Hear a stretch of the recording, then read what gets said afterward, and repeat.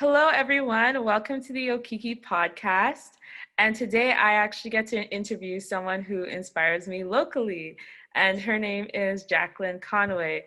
Just to give everyone some background, Jacqueline and Mandy started the Saskatchewan Fashion and Design Festival. And I had been following them for a while, just what they were doing through the web. And I just thought it was so cool. At the time, they didn't have anything to fill out volunteer forms. So I met them at a marketing event and said, I really want to volunteer.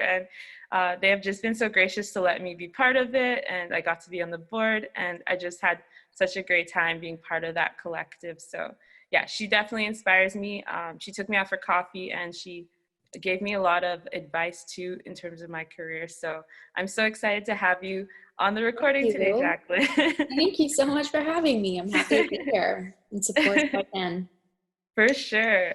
And do you mind telling the audience a bit about yourself and your background? What are kind of like the different things you've tried out before you've got into where you're at today? For sure. Well, I'm, probably the poster child for a multi-passionate entrepreneur type. I'm sure many people can kind of resonate with that. So I started off in my career, I was a marketing student at the U of S. So that's kind of where I got my education, got started.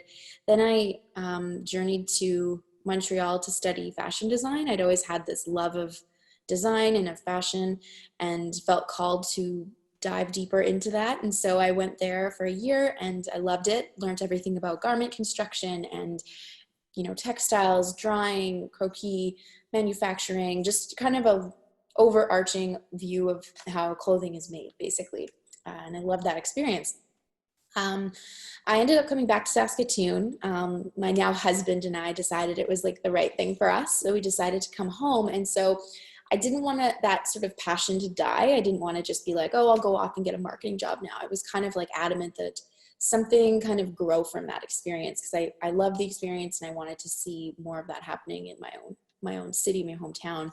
So I worked for Rebecca King for about, I guess, not quite a year, just under a year. So that was an incredible experience to work with a young local designer. And she was lovely and built quite a name for herself now in Saskatchewan as, a solid growing designer and brand. And from that experience, I met lots of other people in fashion. She was kind of connected to others. And that's how I met Mandy. And there was this growing movement in Saskatoon as well as Regina. This would have been back in 2010, where people just wanted to come together to kind of bring the fashion industry from kind of the underground, or everyone was kind of in their own little corner doing their thing, but no one was coming together to sort of put a larger lens on the industry as a whole. So there was a lot of people that were just like, let's do something. Let's do an event. Let's do Fashion Week. Let's put something together.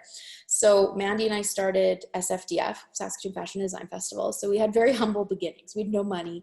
We just put things on and kind of hope for the best. But we had this vision, this passion to bring the community together, to create a hub, to inspire the community, to just promote and generate awareness. We did that for a number of years, the festival, about 4 years or so. And then things were starting to evolve. Things were changing. We were noticing that a lot of designers and a lot of people in the industry were growing, and there was more attention on the industry. And we felt that the next step was to build in more educational opportunities. So SFDF ended up evolving into having a conference, as well as runway shows, as well as the marketplace that we had always done. And we moved to the Delta Besborough Hotel. So we did that format for about 3 years. And that was great because it gave us the chance to give the community more than just a platform to showcase. It was let's, begin to grow our businesses and start to evolve that mindset into entrepreneurship as opposed to just designers making a cool show. So that's kind of where we've landed today. So from all of that experience, 8 years worth of festivals, we gained so much experience, and Creative Saskatchewan, which is part of the provincial government, reached out to us, would have been in 2018 originally, and said that we'd like essentially a group to step up and start an association in fashion so that fashion can become a recognized creative industry. So for those that aren't familiar, there's 6 recognized creative industries in Saskatchewan right now. So things like music, writing, visual art, craft, And I know I'm forgetting some, but there's 6 of them. So fashion is not part of that. And so Creative Saskatchewan believes that it should eventually become part of that, but it would require that legislation change at a provincial level. And so the first step towards that is starting an association. So all the work we did as SFDF kind of laid the groundwork. We've, built a community. We've got, a database of designers and models and contributors, and all of that kind of started. And now we've just kind of taken all of that, and now we're an official registered nonprofit organization with funding from Creative Sask. And our vision and mission is really to further our fashion community and develop export opportunities for the fashion sector. So that was really long. No, and that's why I wanted her to share, because she does so much, and even understanding what's evolved with the fashion festival and that part, because I think I had another conference the same day as your guys' is like kind of free one, just to explain to people what this was all about. But I was so excited to hear that something had grown even more, or that now we actually have like financial opportunities for exactly, because I mean, SFDF really was grown on the backs of the volunteers, like people like yourself. All of us were volunteers, so we just put lots of heart and soul into it to kind of bring it together. So it was almost like, well, what happens when we stop? It's like there's no succession plan. It wasn't sustainable. So now that we're a registered nonprofit, we have some funding to, actually pay some people to come on and help us build this. It's like, well, now we can ensure that all that work, all that volunteer work will carry on and carry forth, which is really important to us, like for Mandy and myself, that everything that was done by SFDF, and as well as the Fashion Week in Regina, like they did a ton of work in growing the industry as well. They are just as, I think responsible for the growth in the province, just like SFDF and Saskatoon, like we both kind of grew together. Yeah. And so to continue all of that work forward, I think that's what the association is. So the association is provincial in scope. So actually today's a cool day for us to be meeting. I know this will come out later as when we're recording, but we're actually looking for board members right now. So we have a number of open seats. So if people are interested, they can go to saskfashion.com and actually look into more of that, because we're looking to fill seats in Saskatoon. Well, Saskatoon's pretty much covered off, but outside of Saskatoon into Regina and other parts too. So that was a huge reason we were excited about the Fashion Association, and this opportunity is like awesome. All this work will go on forever. Mandy and myself, we may bring it to a certain point, and we may not always be involved. Like I think we will in some way, but we'll be able to ensure that there's a legacy. I don't think we'll be able to do it until we're in our 80s, right? So we want to make sure that there's things set up so that it can go on forever. That's super awesome. And thank you for giving the audience the background on how you've led in that way, because that's of course how Jacqueline and I met. And then also in meeting up with you for coffee, I remember you talked about how, you had your passion for fashion as well. You did marketing, and I believe you now have your own business in that capacity as well. Yes. So I don't know, do you mind sharing with the audience how you kind of got into that? Sure. I think I've just always had that entrepreneurial spark, just from being a young person. I just liked working for myself. I like the creative process of building something. And I worked for the Saskatchewan Jazz Festival for a number of years as marketing director, which was an incredible experience and really helped us grow the fashion festival as well, just having that understanding of how festivals should operate and how to like run logistics and all that. So the experience there really complemented my work with the fashion festival. It came to a point at my position there where I felt like I needed to create something of my own. And I think any entrepreneur can understand that, where it's like, I just want to build my own movement or my own business. And so I ultimately decided to leave my position there to start Trendblazer, which is personal branding and styling consulting.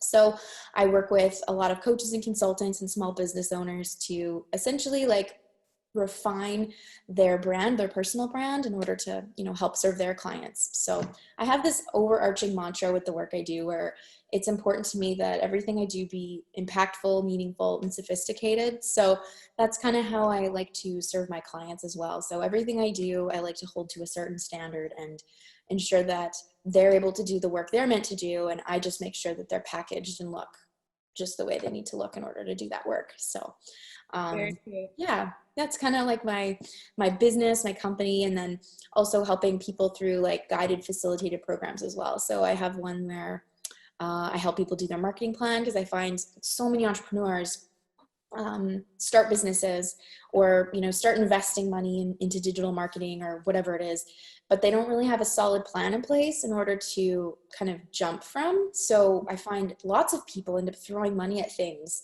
and it can just become wasteful. And I suppose my background in nonprofit has allowed me to be very kind of like pragmatic and responsible with budgets. So I understand how you can like leverage your marketing budget in order to amplify your message. And so taking that skill set and then combining it with like a solid marketing plan, that's kind of a passion of mine, to help entrepreneurs and coaches and consultants in particularly understand how to build that plan so that you're not just throwing tons and tons of money at things and not getting a return out of it. That's very cool. So you mix the marketing and you also style them. So there's a little bit of like the fashion aspect as well. Yes, there is. Yeah, I didn't get into that. But yeah, I also developed a personal styling program and method. And so I help entrepreneurs go through that as well, because it's all an inside out game, like when you're developing a personal brand or a namesake brand, it's really a reflection of who you are. So the better you know yourself, the clearer your brand can become and people can understand what you're all about. So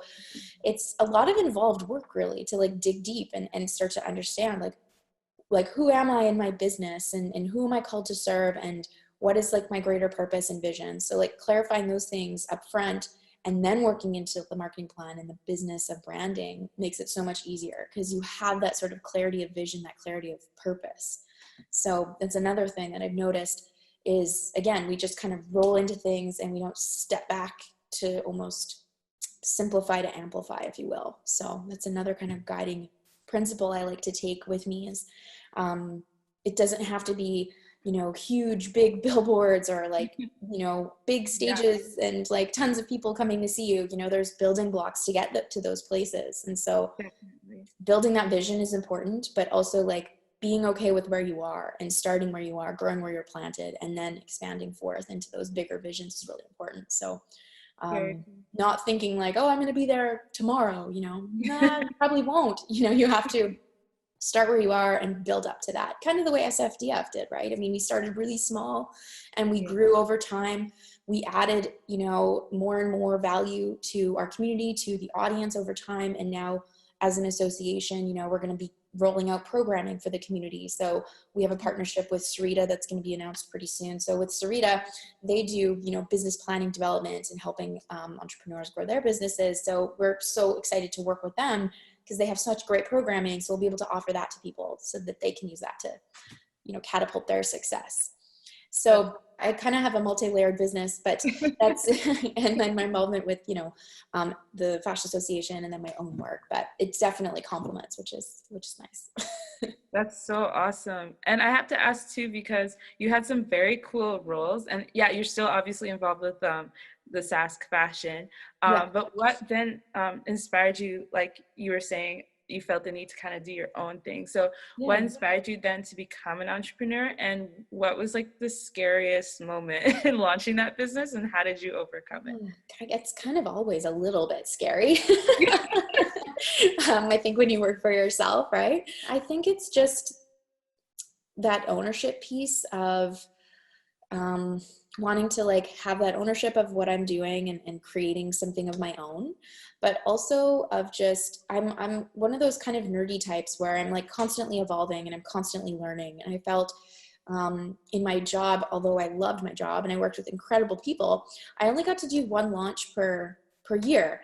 And I like to grow quickly and I like to try things and see what's going to work to help amplify the message of my clients. And so as I work for myself, I'm able to just learn a lot more quickly. I'm able to launch things more quickly and see what's working and what isn't. And I also have this like really strong like interest in digital marketing and learning how to kind of grow into that and helping entrepreneurs mine that whole world as well. So I think it's really just, I like to grow, I like to expand constantly. And I think I just had that inherent nature where I needed to be my own boss. And I just felt called to just kind of step out So it wasn't for like, dissatisfaction or, not loving my job, because people be like, that's such a cool job. Like, why would you want to leave that position? And I'm like, yeah, why did I want to leave that position? So it was really just that need, that calling inside that I needed to step out. And also the opportunity with the Fashion Association was kind of happening around the same time. And I thought, how can I do both? And I didn't think I could. It just seemed like it would be too much. So having the ability to kind of like work with Mandy and launch the Fashion Association and grow that to where it needs to go, and continually building that. And then also being able to serve clients in this new, cool digital age we live in just felt like the right fit. So I hope that answers your question. Yeah, no, that really does. And one of the things I look up to you for is the fact that you're doing all these things and you're also a mom.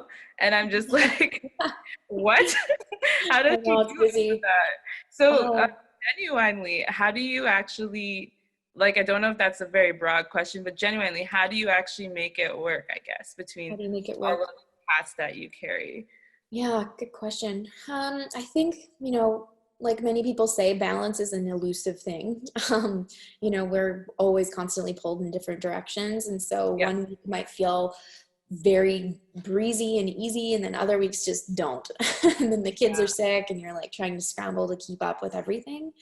I think it's just, I'm lucky to have a very supportive husband and partner, and we work together closely because he's an entrepreneur as well. So being able to support each other and we have each other's back has been critical. He needs to work late, so I make sure that things are in order at home, and then vice versa. If I need to work late, he's there to support me. So having him is like, paramount, I guess. Having that support of a great partner. And we also have our families close by too. So having like that support center has been critical. And being a mother, being an entrepreneur, trying to, grow things and be, everything you need to be at home at the same time. So it's like that whole mentality of like, it takes a village to raise a child. It really does. You need that support network and that community. And we do have, we're adamant about like a shared schedule. That's critical. So we always kind of know where people need to be. If you're looking for like a hack, family hack, shared calendars all the way. And then we also have like a list of babysitters should we need them, always like almost like a Rolodex, like, okay, we're both busy this night, or we have this thing happening. Like my husband does a really cool event every month called the Goal Achiever Workshop. So just even the coordination of that, making sure we can both be there to facilitate and execute the event, requires a lot of like back end work, making sure everybody else is taken care of. So I think you become a master planner over time, like the master of your schedule. And I'm a believer that if it's not scheduled, it doesn't happen. So I've become super adamant about that in my business, using, project management tools and making sure that I know where everyone needs to be, and just keeping tabs on everything, funneling everything into one email account. So I'm not always looking at different email accounts, so I can keep tabs on what's happening for my daughter at school, what's happening at work, and everything else. So schedule down, all about the schedule and the network, support network. Thanks for answering that, because I did notice too, like you said, your partner is also an entrepreneur, and I didn't even know that before. So I was like, wow, that household, there's a lot going on. Yeah, But I know, right? amazing, that's really cool that you're both going after your dreams and supporting each other that way, like you said. Yeah. And I guess another thing I wanted to ask is, what were you hoping to offer the industry?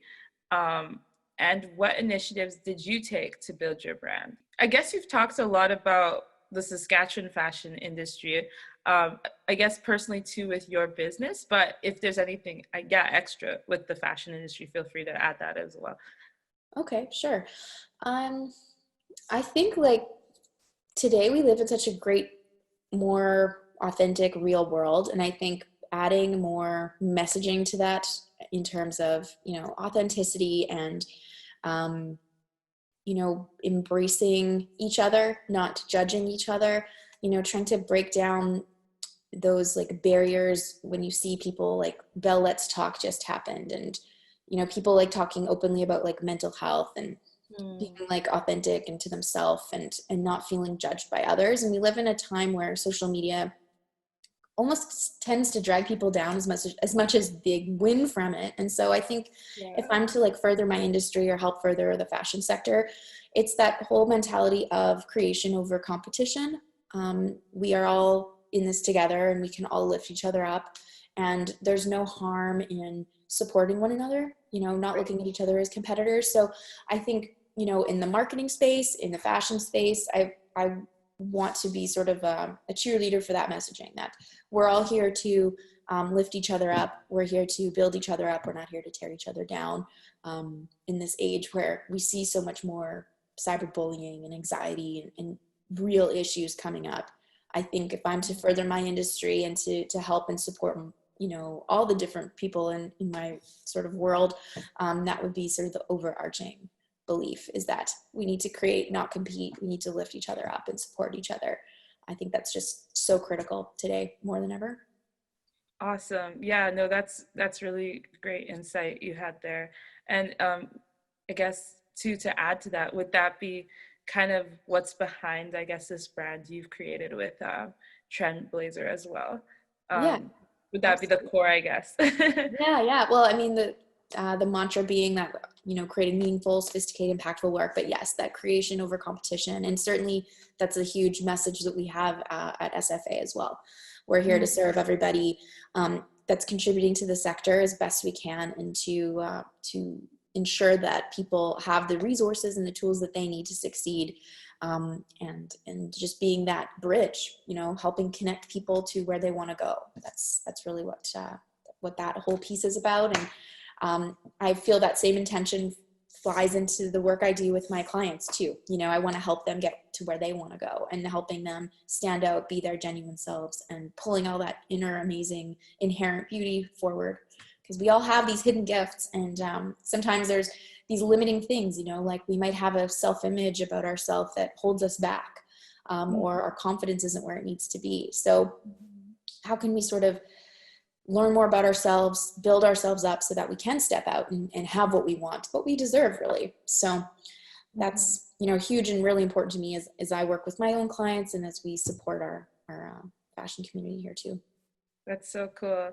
And because you brought up how you have building blocks towards your goals in the future, I guess because we kind of have two angles coming from you, where do you see the Saskatchewan fashion industry in the next 5 or 10 years? And where do you see your own business in the next 5 or 10 years? Oh, good question. I think for the fashion industry, we'd like to see it become the 7th creative sector, of course, in Saskatchewan, so that granting opportunities, export opportunities, travel grants, all that amazing stuff that's available to, musicians and other artists would now be available to fashion designers. That's a huge ambition and goal of ours. We'd like to see, perhaps like an award show introduced, where we can start to give out bursaries and grants to our community for excellence in their field to help them get to the next level in their careers, and then bring back a fashion week of sorts. Not sure if it will be a fashion week or a festival like we had in Saskatoon, but reintroducing a new event model. So that will be coming through in the next couple of years, deciding like what's the best course of action and how do we make it work for everybody involved as best as possible, right? So that would, be definitely within the next 5 years. And then perhaps, creating a storefront space that allows designers to do their own pop-up shops, or have, distribution kind of, like a center point, so that they can easily get, their merchandise shipped to and from Saskatoon. That's been a challenge we've heard from a lot of designers. So moving the industry forward, growing, giving more back to the community so that they can excel and catapult to the next level. For my own business, I'd like to just develop all these kind of tools and marketing programs that I've made for my clients into like automated programs, get those online so that I can serve people to the best of my ability, and, introduce different retreat opportunities and event opportunities, bringing that community element together and supporting entrepreneurs in that sense too. So yeah, kind of similar. That's awesome. Yeah, well, I know so far from what I've seen from like the new website and like the branding, I was excited when I saw it pop up that you're doing that again. I was like, oh, that's so cool. Like, yeah, it was a lot of fun to rebrand it and start to envision it for the future. So yeah, we were really happy with how it came together. And yeah, totally. That's awesome. What do you value the most about being an entrepreneur? I think the creative freedom is really amazing. You know, I love collaborating with people. So it's that opportunity to collaborate with different people and different projects, you know, within the same vein, but being able to work with them and bring their vision to life. I really like that creative freedom. I find that to be really liberating and really exciting to come to work every day when I know I get to do really cool creative projects all the time and work with really interesting people. And every day is a little bit different, but continually helping people work towards what they want, helping grow my own business, helping another sector in our province grow as well, is all very rewarding. So I love having that ownership over the work I do, and just showing up and just doing the best I can, enjoying it while I'm there. So constantly growing. There's so many things that I like about being an entrepreneur, but those would probably be the most important. That's awesome. And before I end the recording here, is there anything coming up that you'd like to share with the audience? Any events or things they should look out for that you want them to know about? Sure, sure. Well, the AGM for the Saskatchewan Fashion Association will be coming up at the Alt Hotel in Saskatoon, and we're going to be working with Sarita at that event. So we'll have a workshop available for this sector, but also, you know, the membership is open to professionals as well. So if your reader or your listeners are just entrepreneurs and interested, they're welcome to come, and also come to the workshop that Sarita is going to be a part of. We have another really cool announcement coming out soon. We're partnering with the Saskatchewan Country Music Awards. The vision is to pair, you know, designers with musicians, so giving them the opportunity to collaborate and then also get some, you know, media publicity and build their own brands with that. And also, yeah, I work with my husband's company, Conway Consulting. We do a monthly workshop event at the Alt Hotel as well, and it's called the Goal Achiever Workshop. So it's amazing for entrepreneurs. If you're like looking to understand how to set a purpose statement, create your vision for your business, and get a goal on paper, that is like the best workshop to go to. We've had such great feedback from the people that have been going to it. So you can check that out. Conway.consulting is the website. So no.com, Conway.consulting. Saskfashion.com if you want to learn about Sask Fashion. And then trendblazer.studio is my website if you want to learn more about me. Awesome. Yes, and I'll definitely be sure to put all your socials and all those links you just mentioned in the description of this episode. Sure. So I just wanted to say thank you so much again for being willing to do this. I know I kind of bugged her for a couple of months to get her on here, but I was just really excited to kind of share what you've shared with me, and I thought it'd be great to share on the podcast too. So wonderful. I really appreciate your time today. Awesome. Thanks. Well, thank you. And I wanted to congratulate you on putting together your podcast and like creating content for entrepreneurs. That's a really great thing. And I admire that you're out there hustling, getting the work done and building your own brand and your own business. I think that's so awesome. So I wanted to say congratulations. I'm so happy to be here to support you. Thanks so much. Awesome.